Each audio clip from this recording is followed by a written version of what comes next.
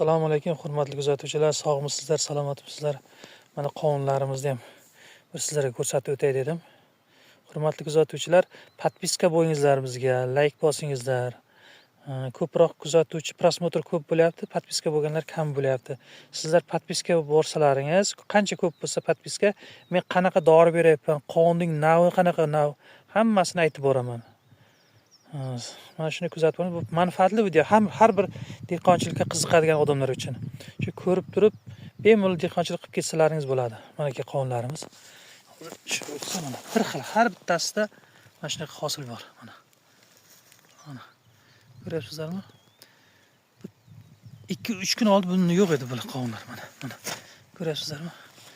Mana qovunlar. Mana shunaqa. Bizni kuzatishda davom etingizlar. Biz sizlarga shuni ko'rsatib boramiz. Sog' bo'lingizlar, salomat bo'lingizlar.